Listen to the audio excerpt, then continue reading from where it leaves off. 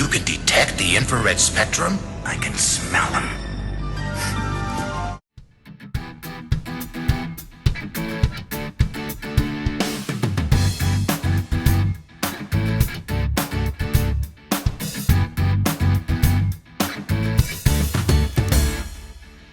Hey everybody, this is Perch. Like a lot of you, I've been reading a lot of back issues lately. No, not because I'm making a protest or stand against comics. I just happen to enjoy comics. So I'm reading back issues and in particular things I enjoy. I went through the Invisibles lately. That has not aged anywhere close to as well as I thought. I think I've come to this conclusion by with Grant Morrison, and this is, I'm sure, just me. So, just how I take it is his pacing works better when you're in a monthly comic. When you read a bunch of them together, unless it's something like Happy or Claus, or I think it just it doesn't work as well. Try it yourself. Like go back and read that X-Men run or the Batman run or the Invisibles, and it's not quite the same. But anyway, went through that. Went through some old Catwoman for some reason I don't know, but it was enjoyable. Went back and read a bunch of Justice League International. Started with these Kevin McGuire style images, and anyway, I've been reading a bunch of these back issues. The original X Factor run by Peter David. So just kind of a lot of different things. But this mail basically is talking about an older issue. It says, "Hey Perch, you recently released a video about how if you ignore Twitter and headlines from comic book dirt sheets and just look at the actual comics, you don't see a lot of specific examples of woke politics and agendas. I agree wholeheartedly, but somehow the comments on the video managed to surprise me. People going on about how the wokeness is baked into all the comics now, so even when you don't see it, it's still there. That's some wokeception right there. Anyway, the level of paranoia got me thinking, what if giant-sized X-Men was released today? Well, I could just imagine the social media frenzy as people complain about the woke characters replacing the lineup of a great book that no one read and was canceled. And of course, they shoehorn in a black woman, a Native American, a communist from Russia, some short Canadian guy who's probably going to talk about how he doesn't have to pay for health care. And they introduce a German guy, and of course he isn't white, he's blue. And they have to go save the original team on some mutant island that we've never seen before and will never see again. I wish we hadn't seen it again. Anyway, hope you at least got a chuckle out of this. No, not a chuckle, because it's true.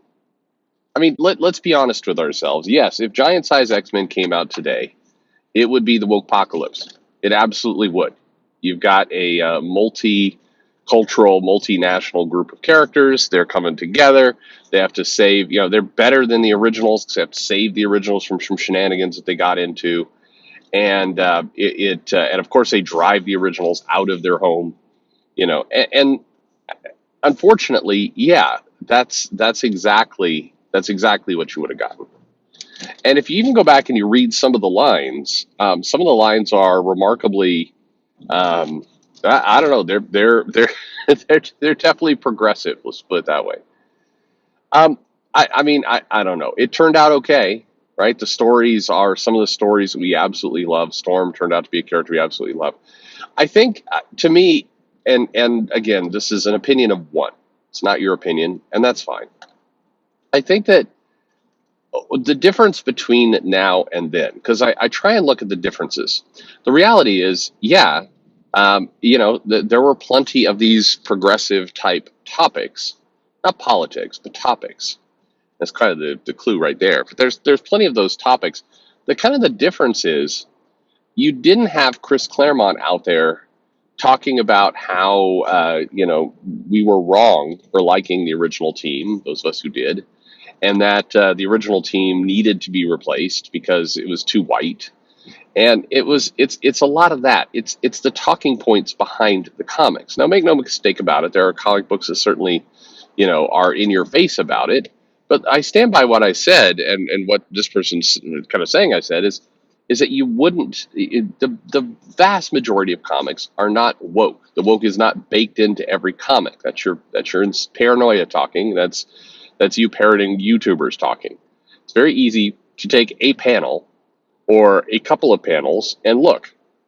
When you got 500 comic books being produced a month, and if you're going to put out, say, I don't know, 10 videos in that month, you could easily find 10 examples out of 500 of cringy panels or panels that are just goofy or even panels that are, I don't say taken out of context, but they're isolated. There's this panel that I posted of Carol Danvers basically going, screw Wisconsin. And it's comical because Carol Danvers is absolutely being written by a villain by John Ridley. And maybe that's not quite another video for another time, but if you've been reading his books, he has the Avengers showing up in Black Panther a lot. I'm not making this up. You go look at it for yourself. And Captain Marvel is consistently written as an annoying, shrill bitch in his by him. Just seriously, look it up. He is, in the previous arc, he had the villains come in and call her Captain Hottie and kind of dismiss her. And then she's like, I'm going to go punch him. And just like Captain America's like, no, you can't just fly in there and start throwing fists, you big idiot. And in the newest comic, she's talking about like, screw Wisconsin. And then a couple panels later, she's going, I don't like feeling powerless, kind of throwing a tantrum. Like she is written like a villain by Ridley. So I'm not, it's not me, that's them. But anyway, you can always find panels where you see stuff that's cringy or all the rest. But by and large, it's not as bad as people think. And I know it's an unpopular opinion. And I know somebody pointed me some video where like the guy is a lunatic. He's going on about we have to show solidarity against the woke infection of comics, and as unity we will fall, we will stand, but separate we will fall. And I'm like, Jesus Christ, man, just don't buy the comic. Like you have the power in your pocket. You absolutely do. And this is from people who make comics. So it's like they could just buy your comics. Like, what are you even doing? But anyway, there's the difference between Giant Size X-Men time and now time, and it is a big difference. Is that a lot of times outside of the comic, or sometimes stupidly baked into the comic, they are basically telling everybody that they are wrong for liking the things they're liking. That Teen Titan or Young Justice, Dark Crisis Young Justice book is awful because you get the author's kind of viewpoint on toxic fandom, and you didn't like all this stuff, which is horribly warped, basically going on and on about how the 80s and the 90s were sexist and terrible and all the rest. But the comics were not that way. What's goofy is there's one tiny little piece in the comic where one of the villains is like all, whoring around, and the male characters are like, we should go, we got to go hit that. And then Rob's like, I don't remember her being so slutty. It's because she wasn't. If you go back and read those original comics, it was not like that. But the comic is written with the lecture and the sermon in the comic. And so if you look at just kind of politically correct, kind of you can certainly pervert or twist Giant Size X-Men into sounding wokeified and rail against it. And if there was YouTube at the time, definitely people would have.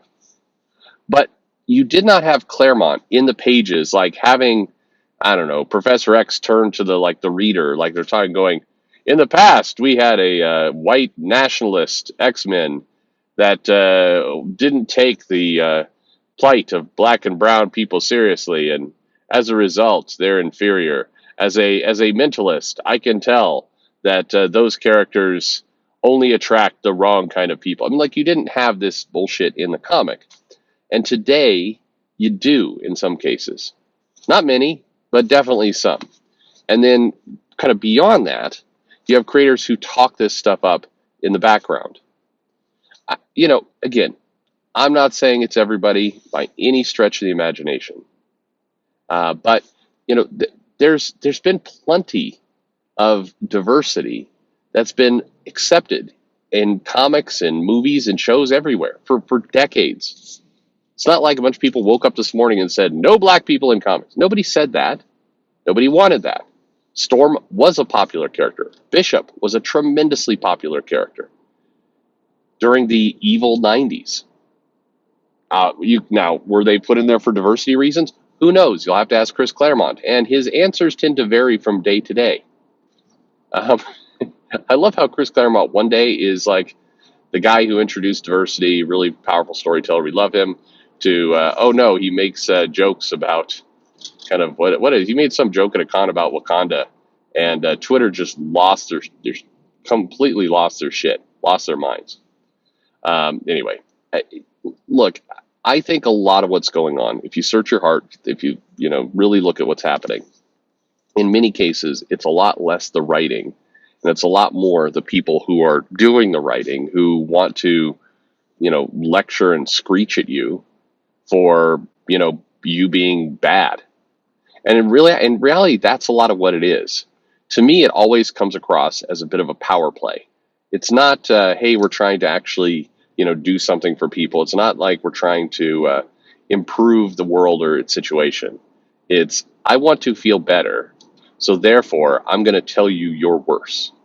That's what a lot of the, whatever the woke stuff is to me. It's people who desperately just want to make themselves feel more important at your expense. So, I mean, to me, that's a big difference. I think that same comic put out in both eras. I think one's going to get a lot more, complaining than the other when you get people, and for whatever reason, people are obsessed with talking about race and sexuality and gender as, insert into things that don't belong. My wife and I briefly turned on this Netflix show. It's like some cocktail making contest.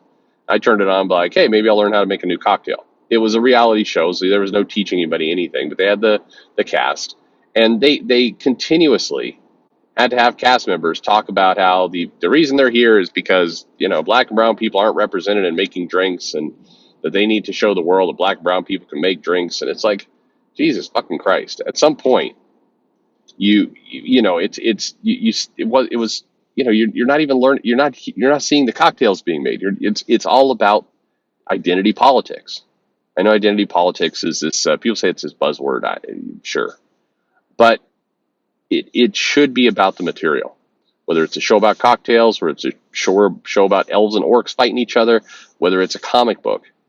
I think it's cool when you want to introduce new concepts, certainly, but the concepts have to be cool. The concept, the thing that you're watching has to be entertaining. You cannot replace entertainment with a lecture.